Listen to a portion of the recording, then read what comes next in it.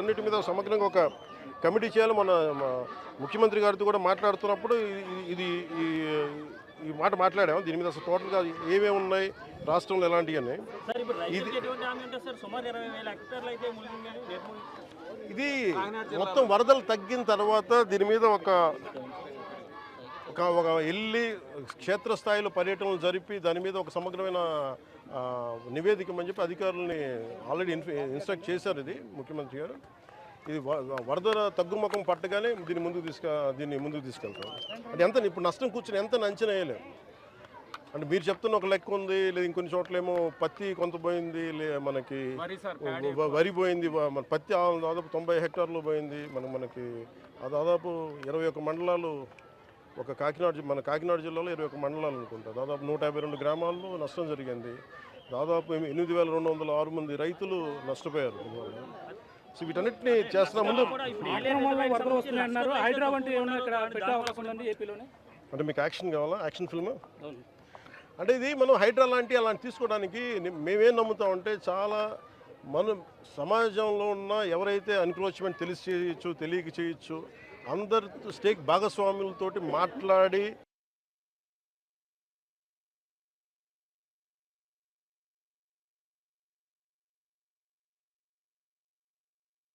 అనేది నా వ్యక్తిగత అభిప్రాయం. దీన్ని నేను సీఎం గారి దృష్టి కూడా తీసుకున్నాను.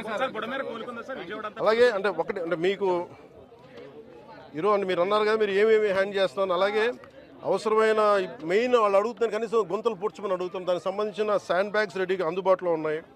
అలాగే మనకి చెట్లు పడిపోయిన వెంటనే ఎలాంటి ఏదైనా జరిగిన రంపాలు కానీ రోడ్లపైన పడిన చెట్లు తీసివేయడానికి దానికి సంసిద్ధంగా ఉన్నాం. అలాగే జేసీబీ లాంటి వాహనాలని సంసిద్ధంగా ఉంచాం. ముఖ్యంగా అవసరానికి మన ఫైర్ యాక్సిడెంట్స్ ఏమైనా ఉంటే దానికి సంబంధించిన సంబంధించి ఫైర్ యాక్సిడెంట్ వెహికల్స్, అలాగే 42 మంది గజయితగాళ్ళని రెడీగా చేసాం ఇన్ కేస్ ఎమర్జెన్సీస్ ఉంటాయి. అలాగే primary health care, community health care వీటికి సంబంధించిన సంసిద్ధంగా చేసాం.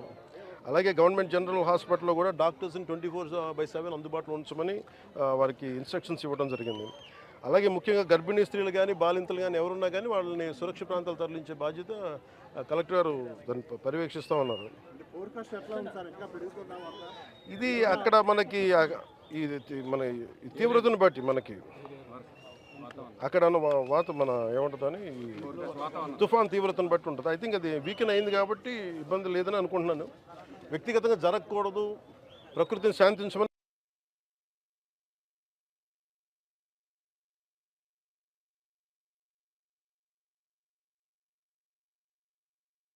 ఎప్పటికప్పుడు సమీక్షలు నిర్వహిస్తూ ఉన్నాను టెలిఫోన్స్ ద్వారా. లేదండి, నేను ఒకసారి ఈ పంచాయతీలో మనం చెప్పాం కదా, దానికి సంబంధించిన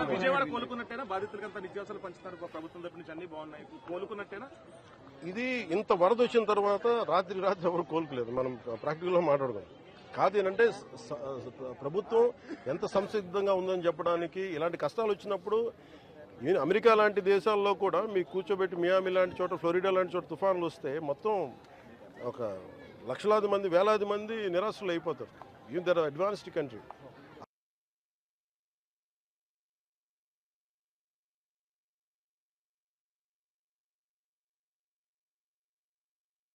ప్రతి ఒక్కరు కూడా దీని బాధ్యత తీసుకోవాలని. అలాగే కూడా మీరు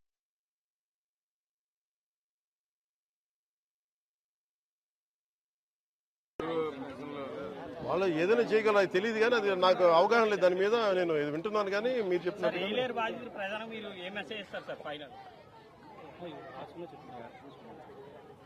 ఇది టోటల్గా మనం ఏమేం చేయబోతున్నాం అనేది ఇది మెమరీ టెస్ట్ కాదు కదా బేసిక్గా. అంటే అందరం ఏమనుకుంటామంటే రాసుకుని వచ్చాం ఏంటంటే ఇది మెమరీ టెస్ట్ కాదు. అలా కాదు. బేసిక్గా వీ హ్యావ్ టు అండర్స్టాండ్ ఇది మెమరీ టెస్ట్ కాదు. అంటే ప్రధానంగా ఎలాంటి సహాయ కార్యక్రమాలు జరుగుతున్నాయి ఇవన్నీ మీకు విడుదల చేస్తాం కొంతసేపట్లో. అలాగే ఇవన్నీ మీకు మన కలెక్టరేట్ కానీ మన సీఎం ఫైనల్ గా ఏలేరు జలాశయం అనేది ఇక్కడ చాలా ముఖ్యమైనది వరదాయిని మెట్టకి. అదే దుఃఖదాయనిగా మారుతుంది. దీని ఆధునీకరణకి నా కోరిక అదే. నేను ఎమ్మెల్యే ఉన్న లోపు దాన్ని తీర్చేయాలని నేను మనస్ఫూర్తి కోరుకుంటున్నాను.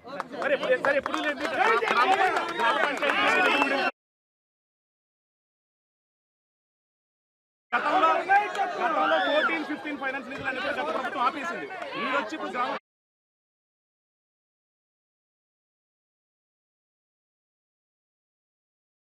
ఏ నిధులు నేను ఇచ్చినాయా? వరద బాధితులకు సంబంధించి వరద బాధితులు వాళ్ళు